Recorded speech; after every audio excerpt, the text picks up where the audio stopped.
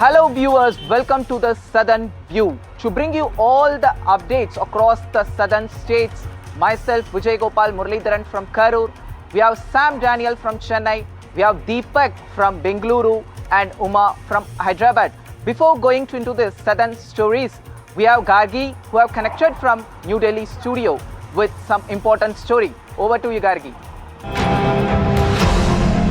And the big focus on the bulletin remains the Karur tragedy, the Stampede tragedy, in which 41 people died during the TVK rally that was taking place there. To talk more about this, and there's a massive blame game that is currently underway. FIRs have been filed. The police are on the lookout for a functionary of the TVK. But to talk more about the kind of arrangements, what are the lessons learned, what can we do going forward in such situations, we're now joined by Kiran Bedi, former super cop and governor. She needs no introduction. Thank you so much, ma'am, for joining us on the program. You must have been seeing for days, ever since the tragedy took place, the Stampede, there's been this massive political blame game, blame also being put on the police for the handling of this massive rally. After everything that you've seen, ma'am, first your comments on this tragedy and the lessons learned.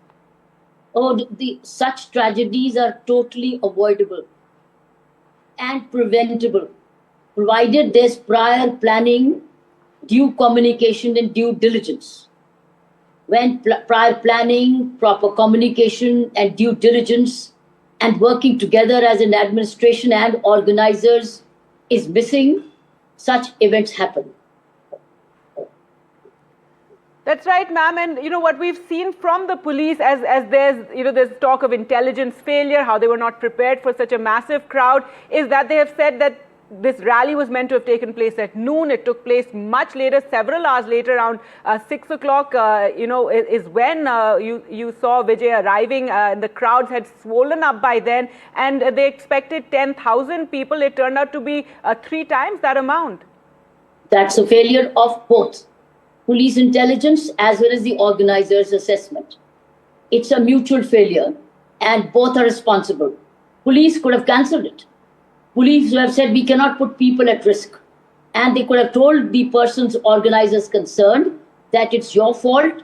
The point is, the crowd is beyond and we don't have the capacity. We do not have a matching police arrangement. So the organizers could have done something else. They could have been advised to do audiovisual, they could have done a video interview, etc. You see, the problem here is, what is the purpose of the meeting? What are the purpose of the organizers asking for this kind of rally? Is people. They want people. They want people to watch you, see you, connect with you, listen to you. But you cannot do it at the cost of vulnerable people who would come. So I think, and the police had a duty to assess that now there is a risk of stampedes and that cannot be handled. So therefore, they could have found other ways of doing it. They should have discussed it with the organizers and found a way out. But you can't do one at the cost of the other. You have to take decisions. So police, now remember also one thing, police does not take such decisions in isolation. It's an administrative decision. Now this would have been a highly political decision because it would want to have political implications. Therefore, it's an administrative decision which should have huddled together and then directed and then taken a call. In this case, there's not only the police department involved, there's also administration involved. There's a magistracy involved. There's a secretary of home involved. There's a politician involved. There are a lot of people involved. And they should have all. The police is a face of the administration.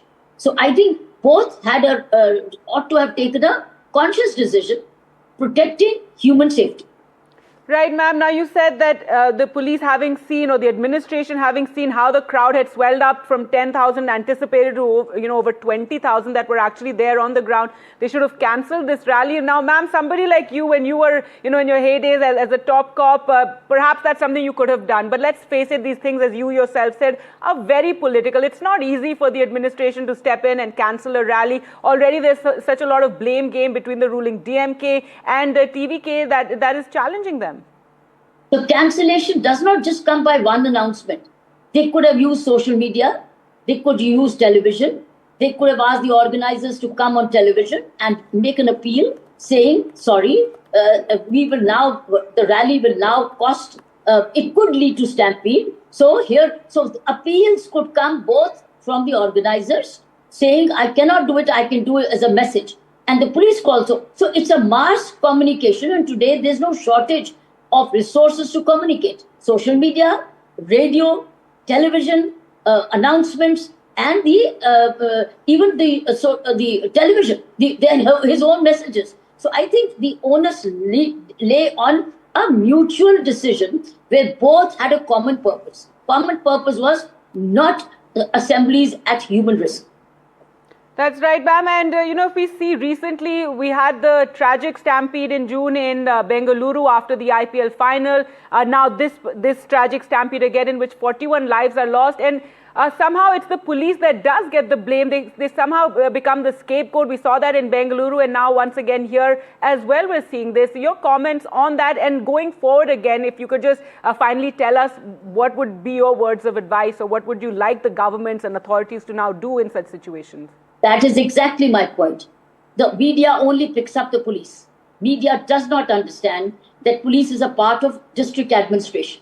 And in the district administration, there's a district collector. There is a home secretary.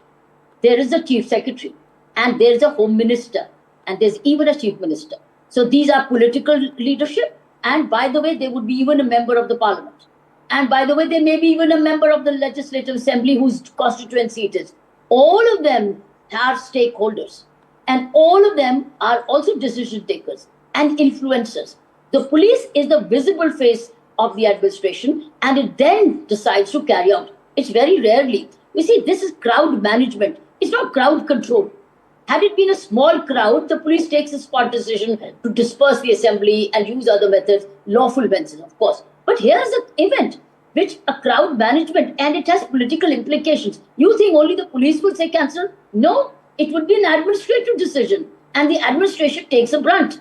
Whether it gets the credit for it, whatever decision it takes, or the credit or discredit, whatever the decision is, you cannot put it only on the police. Police is an extension of the decision which administration takes collectively. All right. Well, thank you so much, Kiran Bedi, for joining us on the program and, sharing your comments there. Thank you very much again for joining us. Thank you, with Karur. that, thank you, ma'am. Let's go back to Vijay for more on the politics and the latest developments that are taking place on the Karur tragedy.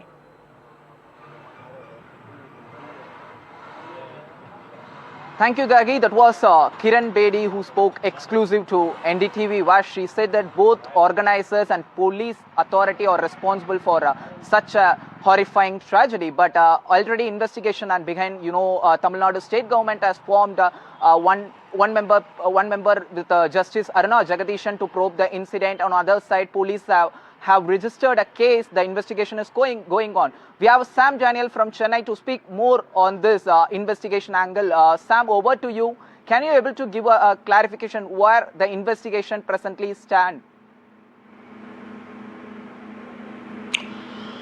Thank you, Vijay. That's right. Police have so far arrested two district secretaries from Karur wing of the TVK, including the secretary who had written to the police asking for permission for Vijay's rally that turned into a stampede and killed 41 people. Police at the same time are also on the lookout for two key leaders, including Bussi Anand, the party's general secretary. We understand special teams are out looking for them. And 3 days after this tragedy, yesterday, Vijay issued a video statement. He neither apologized nor took ownership, but hinted at a possible conspiracy angle and said very soon the facts would emerge. And he hinted this is not going to be a setback for his party, that he will meet the families of those who died, and this will only make the party stronger in his political journey. And he also had a message for the chief minister asking him to take on him if there is any plan for vendetta, but not on his people, something the DMK has denied those allegations. And two leaders, both Bussi Anand and Nirmal Kumar, have also approached the Madurai bench of the Madras High Court asking for anticipatory bail, saying that they are innocent, they have been targeted in this, and that it's only a police failure. and the party's deputy and the party's general secretary, another general secretary, Adav Arjun, has also moved the Madurai bench of the Madras High Court seeking for a CBI probe alleging conspiracy by the ruling DMK. And the police blame it squarely on the TVK, the organizers, saying that there was terrible delay in Vijay's coming there, more than 7 hours, and there was no adequate supply of water, food, and other arrangements. And they deny that there was any power cut by them, and that the ambulances were needlessly sent in there. There is also a bit of politics in this, especially Vijay is being seen as a disruptor ahead of the 2026 assembly elections, and political parties also look at these developments as an opportunity to score brownie points. And so far, the government has announced a one-member inquiry commission under retired Justice Aruna Jagadeesan, and based on their findings and recommendations, Chief Minister M.K. Stalin has said he would ensure a proper mechanism is formulated to make sure political rallies like this will be more streamlined, and there will be no repeat of this particular tragedy. So one can expect 2 more arrests at least in the coming days, and all eyes would be also on what the Madras High Court would have to say, particularly on demands for a CBI probe and anticipatory bail by these 2 leaders, Vijay.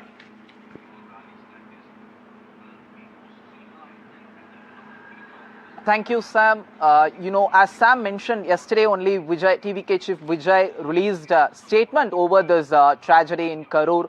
He hinted at the conspiracy behind this tragedy. He also questions Chief Minister M.K. Stalin for targeting his party cadres and functionaries.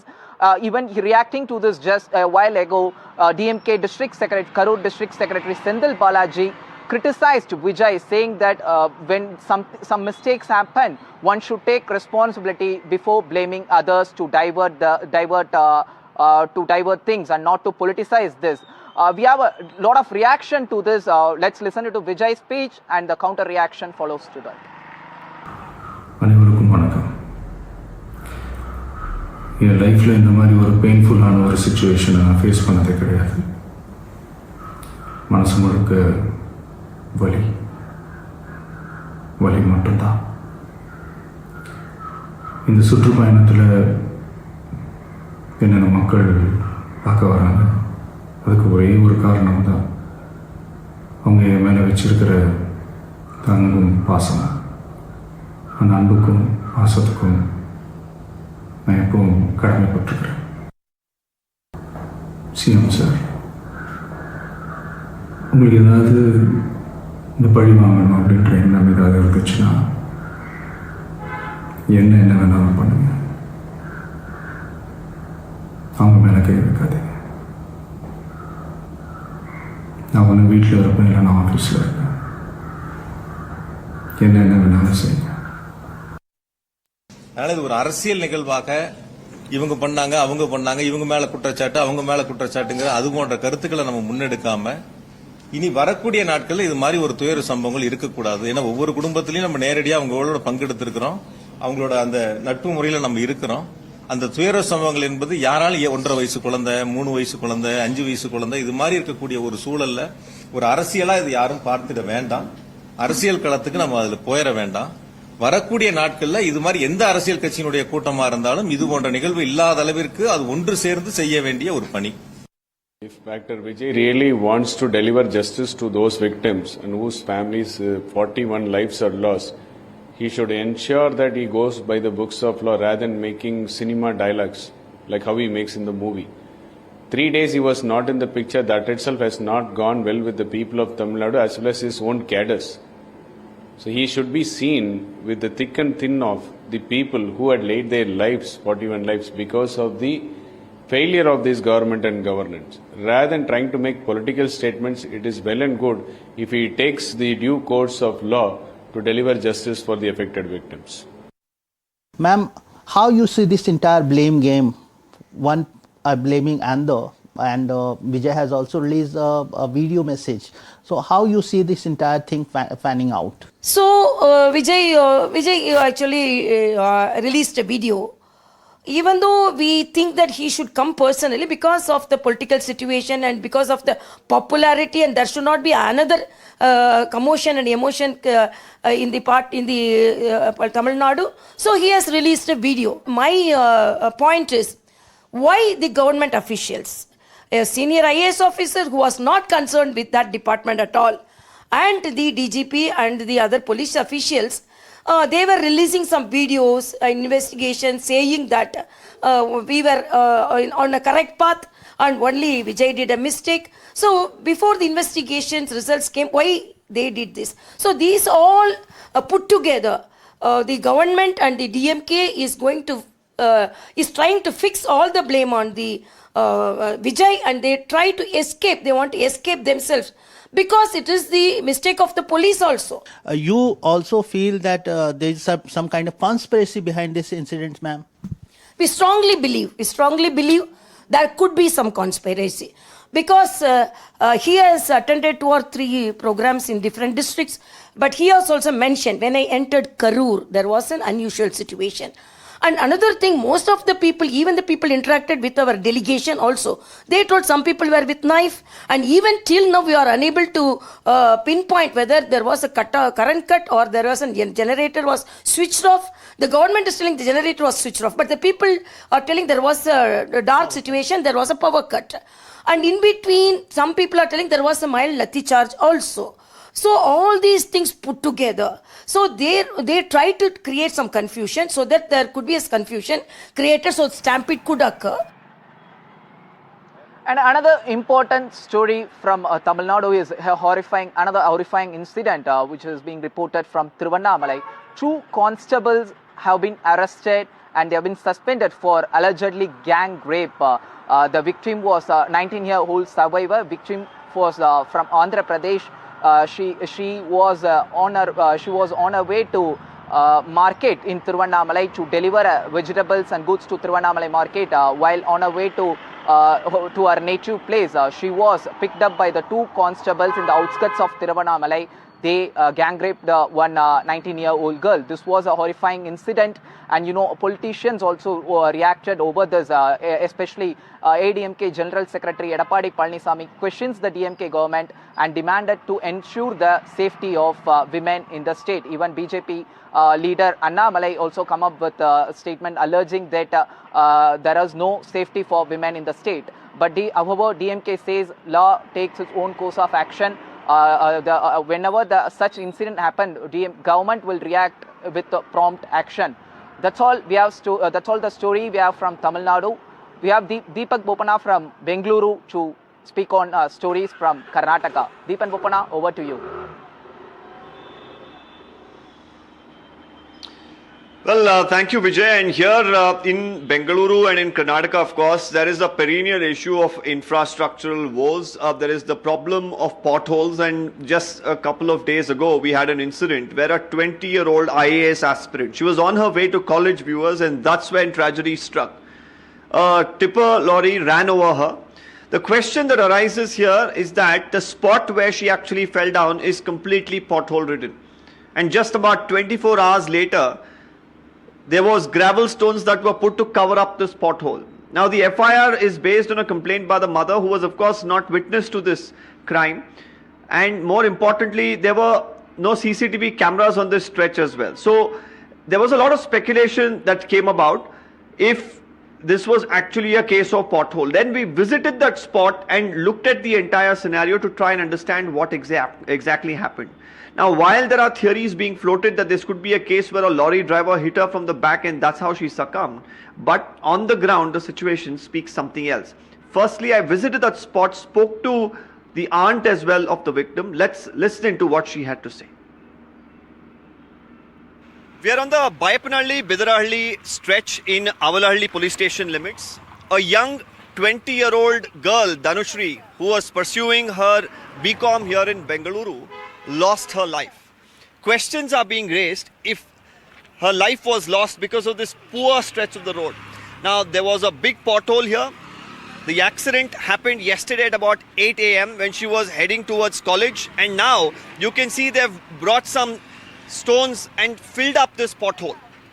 Now, on one hand, the police, of course, are investigating whether it was the lorry driver, of course, that ran over her, whether it was his negligence and rash driving that led to the accident. Now, this stretch of the road, of course, sees multiple, lorries like this, usually meant for construction work or other purposes, traveling on this stretch of the road.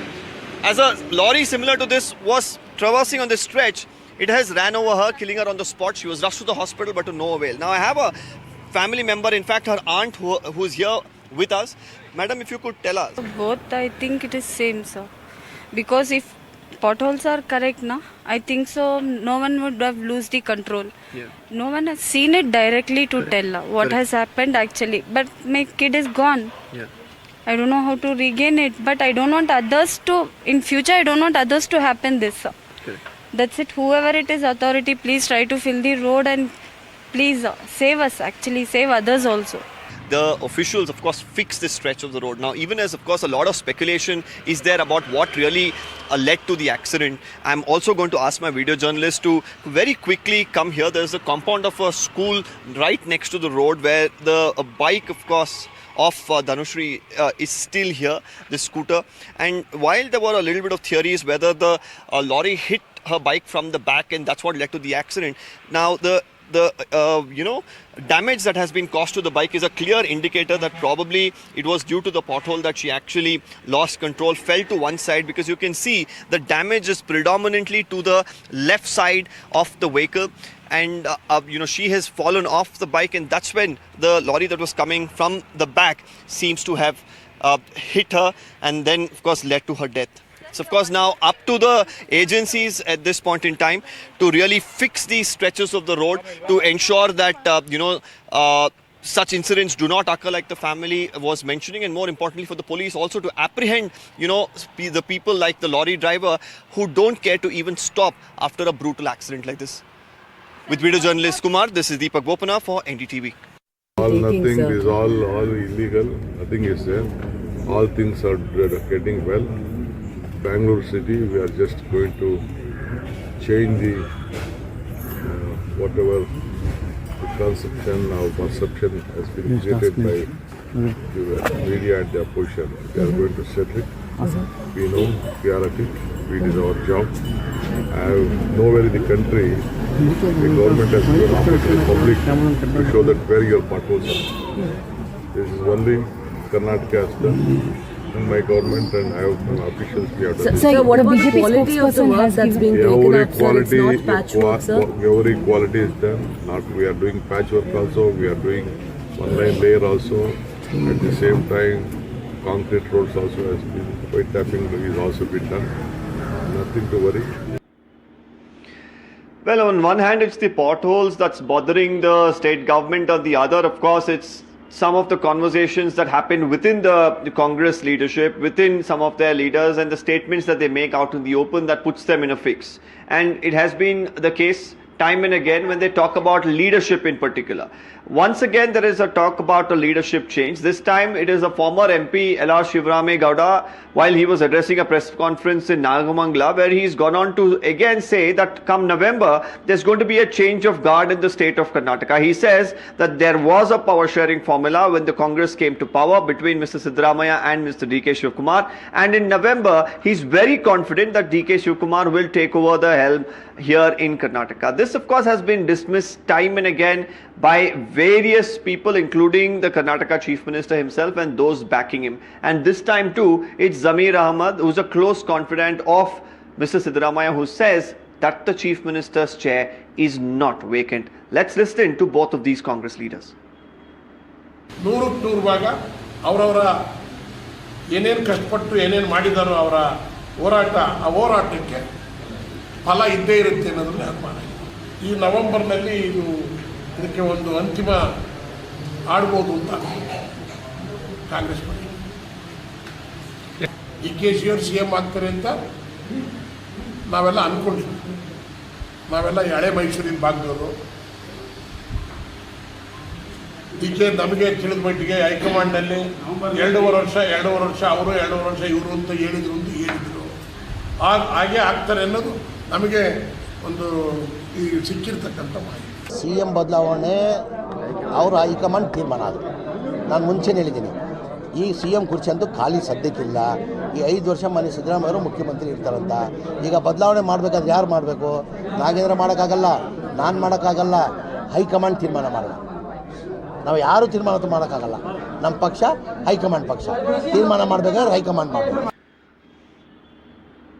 Well, that's all we have from Karnataka. Now over to my colleague Uma. I believe it's another day, another actor in trouble there. Uma, tell us more.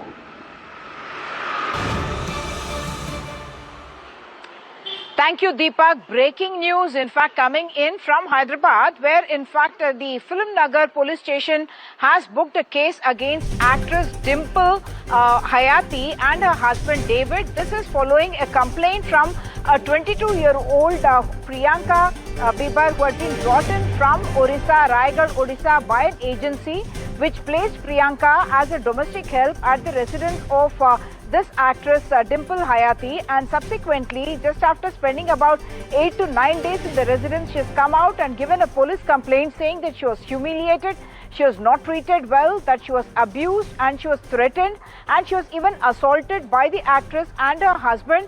And she says that she was denied food as well in these days that she spent at that residence. The escalation happened on the 29th of September when the pet dog of the actress started barking, and that upset both Dimple and her husband, we are told, and subsequently had assaulted her. And Priyanka has said that the husband had in fact stopped her from filming what was happening. There was an altercation and she tried to film with her mobile phone, and he had taken the mobile phone and smashed it on the ground and told her, "Tu hamare juti ke barabar bhi nahi hai," meaning you are not even equivalent to our shoe. That's an abuse, that's a humiliation.